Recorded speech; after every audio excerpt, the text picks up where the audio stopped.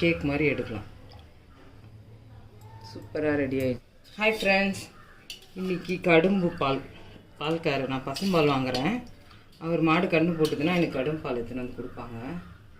அதை வச்சு இப்போது ஃபஸ்ட்டு நாள் இது கேக் மாதிரி எடுக்கலாம்.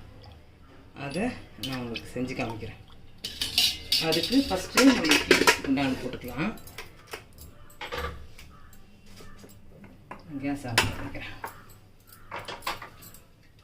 அதெல்லாம் தண்ணி ஊற்றிக்கலாம்.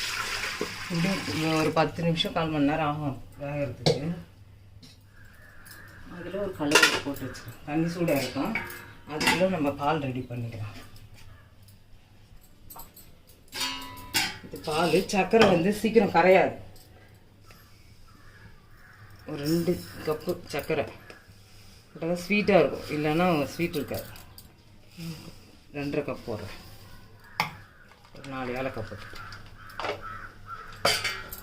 இதை அரைச்சி எடுத்துக்கணும். நல்ல பவுடர் ஆகிடுச்சு.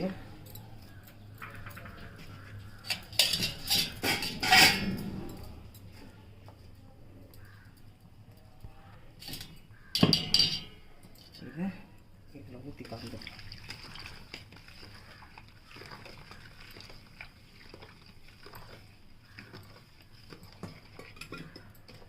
நல்லா கட்டி இல்லாமல் கரைஞ்சிடுச்சு. அப்படி கட்டி இருந்தால் வடிகட்டிக்குவேன், ஃபில்டர் பண்ணிக்கோங்க. இதை இதில் ஊற்றிட்டு அப்படியே தூக்கி வைக்க முடியாது.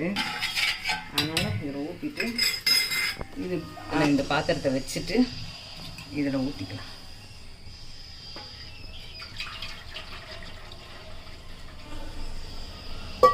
வேகட்டும், மூடி வச்சுக்கலாம்.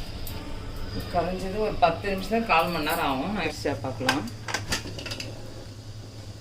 வெந்துருச்சு. சூப்பராக ரெடி ஆயிடுச்சு கடும்பு. இதை ஒரு பிளேட்டில் கொட்டி காமிக்கிறேன்.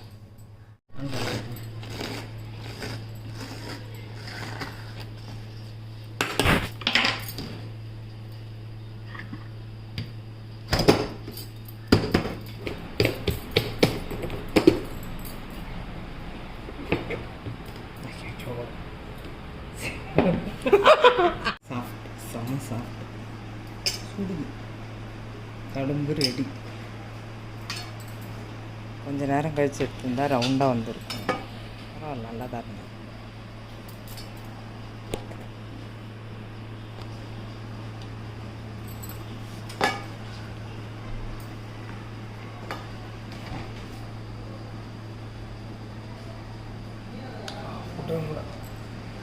சுடுதுல்ல, பால் கிடச்சிது. நான் பசும்பால் வாங்குங்க. அவங்கக்கிட்ட கேட்டிங்கன்னா கண்டிப்பாக ஒரு நாள் மாடு கன்று போடும் போது எடுத்துன்னு வந்து கொடுப்பாங்க. எனக்கு அந்த பால்காரர் எப்போ கன்று போட்டாலும் எடுத்துன்னு வந்து கொடுத்துருவாரு. நீங்களும் வாங்கி சாப்பிடுங்க. தேங்க்யூ.